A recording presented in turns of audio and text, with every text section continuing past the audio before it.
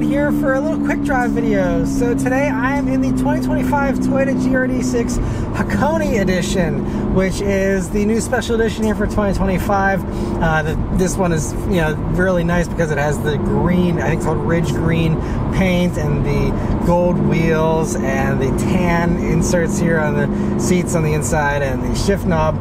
It's a really nice little package. It's about $35,000 and change, and I think if I were shopping for a new GR86, this is probably the spec that I would go for this year. But the main reason why I'm driving this is not for the Hakone Edition, but for the 2025 changes.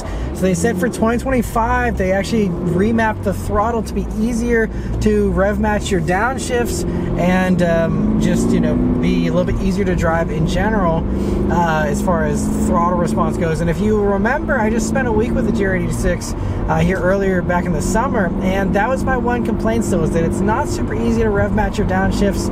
Wasn't super easy to just drive this car smoothly.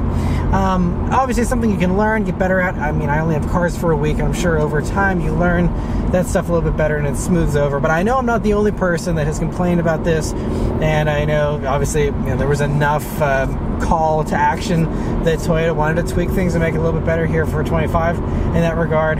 They also said they retuned the dampers, and that they also did some slight little tweaks there to that. I think electronic power steering has also been tweaked ever so slightly. And so I actually did a few laps around Charlotte Motor Speedway's infield circuit today on this GR Corolla drive that we were on. And so a little bit of track driving. I drove it back from the track to the hotel, and now I'm driving it here to try to feel out these differences. And I have to say they are slight differences, because again, maybe 6 months ago tops I was in the GR86. It wasn't a long time ago, but I feel like you have to go back to back, like 25 to 24, and immediately go from one to the other to really feel the differences, because I can't really feel the difference personally. So I don't know, to me it's still a little tricky. I still would love to see them add in the auto rev matching that we get in the other Toyota products. I know since this is largely a Subaru effort in many ways, I'm sure that's what's holding them back, is something on Subarus. And but I'd love to see rev matched downshifts come into play here, because it's really nice, especially in a vehicle like this, which is a little tricky to be smooth with, in my opinion. Yeah, I mean, throttle response to me isn't drastically different. It feels pretty much exactly how I remember these feeling. So, not to rain on the Hakone's parade here, but, if you are someone like myself that, is hoping this is a little easier to drive, maybe, again, if I came from one to the other, I'd have a greater appreciation for it, but to me, it doesn't seem like a wild difference. Again, it's still not that bad. It's still something that's, pretty easy to live with.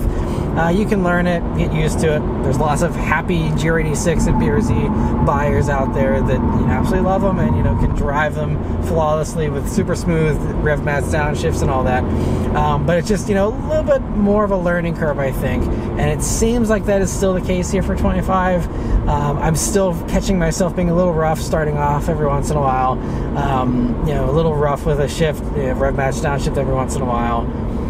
So I don't think that it is, all fixed or anything. I don't even know if it's appreciably better, in my mind. But, it's nice that they're making that effort. I hope that we see them continue to refine this. Again, maybe we see the rev matching someday.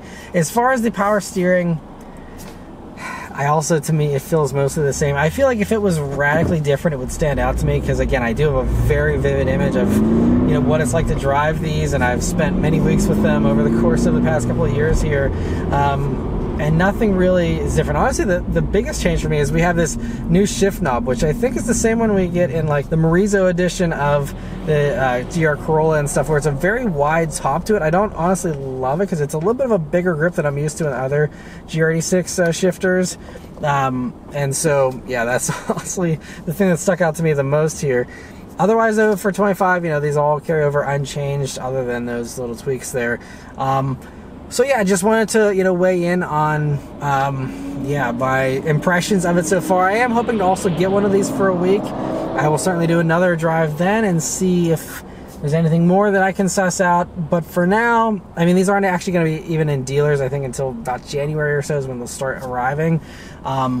So a little bit of time, and I'm hoping I can spend more time with this to get a better opinion later, but wanted to do an early, quick first thoughts here on this vehicle for now. So yeah, early impression is that, not a whole lot different here, but hopefully the jury is still out, and we will see if it gets any more distinct to me as I spend more time in this in the future. But still is a fantastically fun thing to drive. I still marvel at this thing, and driving it on track was also a treat, getting to really, push it a little bit more and just really have fun. It's still a fantastically fun car. I'm happy it's continuing on here, of course, for the 2025 model year. I think it is still basically perfect, again, outside of being a little tricky there with the rev matching sometimes.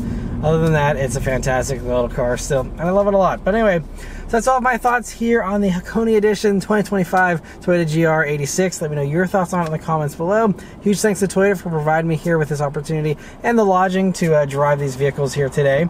And so yeah, thank you all very much for watching. Let me know your thoughts on the little tweaks here and whether you've experienced it or heard anything different.